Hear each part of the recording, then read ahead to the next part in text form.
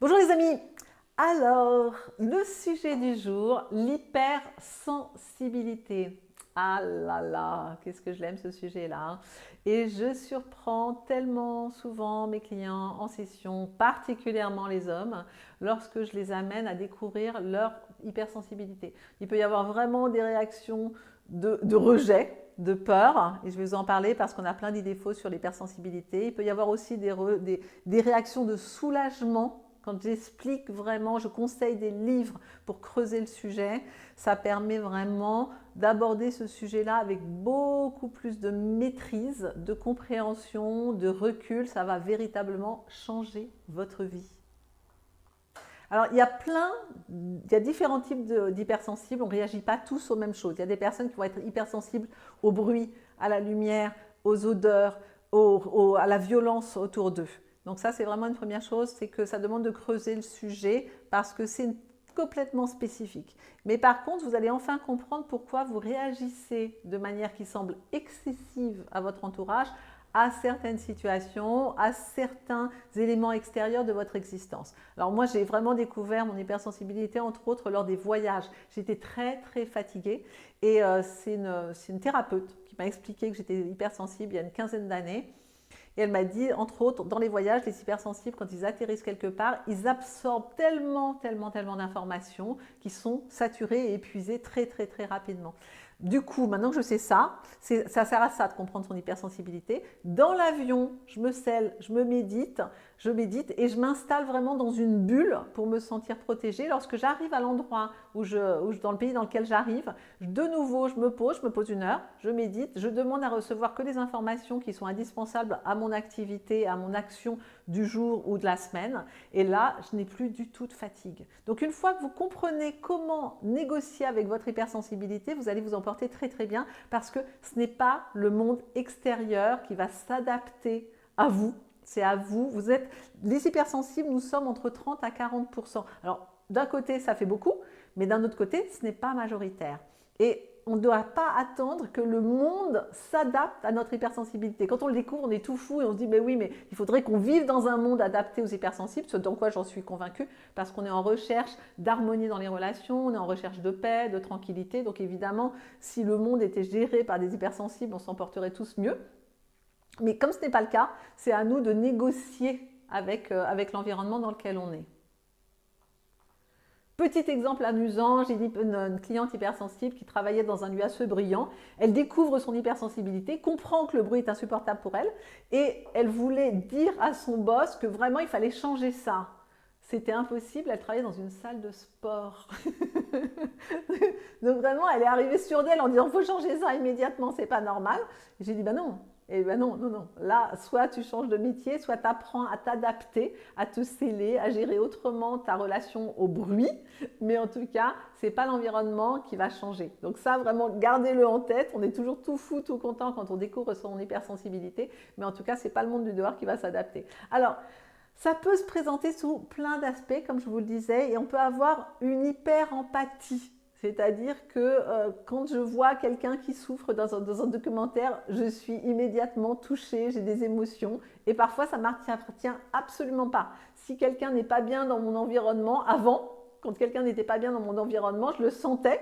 Et je commençais, moi, à être contractée, enfin, etc. Quand j'avais un ami ou une amie ou quelqu'un de proche qui était contrarié, je pouvais me mettre à culpabiliser parce que je sentais la tension et la contrariété de l'autre. Donc ça peut être vraiment un petit exercice très sympathique et très efficace de se dire quand on ne se sent pas bien, est-ce que c'est mon émotion ou est-ce que c'est l'émotion de la personne avec laquelle je suis là dans la même pièce en ce moment ou en relation, parce qu'on peut sentir les émotions à distance évidemment.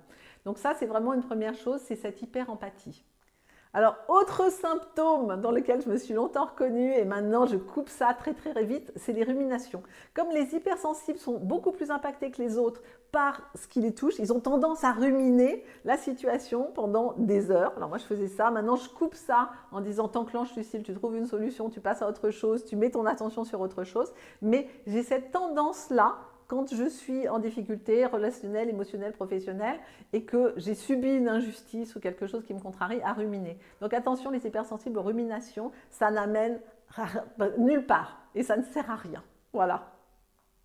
Alors je me répète, grande sensibilité aux lumières, aux odeurs, aux parfums. Moi, ça m'arrive souvent de rentrer dans un VTC et de faire l'arbre là, le produit chimique, je le sens comme s'il était collé sur mon nez, le déo, voilà, tout ça, voilà, donc j'ouvre la fenêtre tout simplement.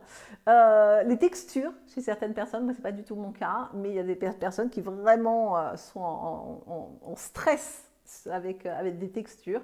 Donc après, évitez dans votre environnement les choses qui vous stressent. Voilà. Et puis demandez gentiment. Moi, les parfums ne me dérangent pas quand c'est des parfums de fleurs. Mais j'ai un ami qui est venu déjeuner il y a quelques temps et les fleurs sur la table le dérangeaient. Moi, elles ne me dérangeaient pas. Et il m'a demandé très gentiment si je pouvais le pousser. Et du coup, on a eu une belle discussion sur l'hypersensibilité parce qu'il ne le savait pas.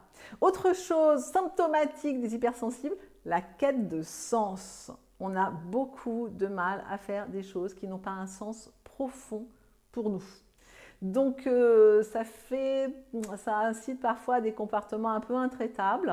Donc c'est bien d'assouplir ça et dans tous les cas de trouver du sens dans ce qu'on fait, de faire des transitions professionnelles. Si vous êtes dans une activité professionnelle qui ne vous parle pas, les hypersensibles, ils ont beaucoup plus de mal à gérer les situations qui n'ont pas de sens pour eux. Moi, je le fais juste pas du tout et depuis toujours. C'est comme ça que j'ai refusé de passer mon bac à quelques mois du bac, à la grande joie de mes parents, vous pouvez imaginer. Ça n'avait pas de sens pour moi. Le système scolaire, de la compétition, du rabâchage, de l'obéissance ne me correspondait pas du tout. Donc dès que j'ai pu partir l'année du bac, je suis partie. Ma maman m'a dit, mais passe ton bac, je partais en voyage, j'ai décidé de voyager. Je te paierai un billet pour n'importe où dans le monde, où tu veux. Et j'ai refusé parce que j'étais arrivée à un moment où je ne pouvais plus. Et comme j'étais majeure, j'avais la possibilité de partir. Donc, on peut assouplir ces systèmes-là plutôt que d'être trop radicaux par rapport aux situations qui n'ont pas de sens pour adapter étape par étape, mais comprendre que c'est une souffrance plus importante pour un hypersensible que pour quelqu'un qui va prendre les choses de manière beaucoup plus distanciée.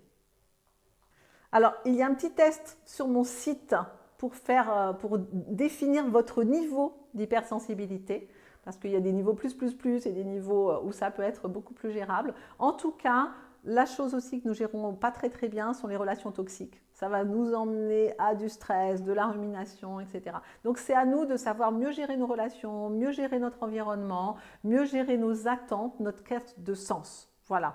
Si vous êtes hypersensible, creusez le sujet, ça va changer votre vie entière. Et dès que vous allez commencer à pouvoir identifier le type d'hypersensible, sur quel sujet vous réagissez, comprendre cet état-là d'hypersensibilité, vous allez commencer à pouvoir en faire une force phénoménale. Moi, je suis très heureuse aujourd'hui d'être une hypersensible.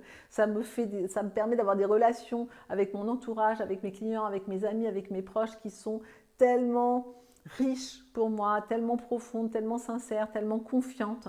Donc vraiment creuser le sujet, vous allez voir que vous avez des capacités d'intuition extrêmement importantes. Vous avez des capacités donc de relation, de créativité. Souvent l'hypersensible, il va chercher des solutions ailleurs. Donc approfondissez ce sujet-là, c'est vital pour vous parce qu'au lieu de le subir comme une punition, à chaque fois que j'ai des clients qui arrivent et qui se découvrent hypersensibles et qui se disent « Oh, mais quelle galère !» je repositionne ça le plus rapidement possible pour en faire une force parce que c'est vraiment une force. Appropriez-vous ça, ça va vous faire un bien fou. Alors, mes chers illimités, vous allez avoir un podcast méditation pour aller creuser vraiment ce sujet de l'hypersensibilité, des références de livres aussi.